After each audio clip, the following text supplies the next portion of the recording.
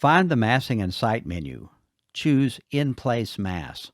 This opens a powerful 3D solid modeling system. I think of the mass tools as the regulating lines of the building. We will start with something simple. Keep it simply simple. KISS. Draw a rectangle with the Model Lines tool. Revit is weird but powerful. The lines will show you their dimensions as you draw, so you can be precise.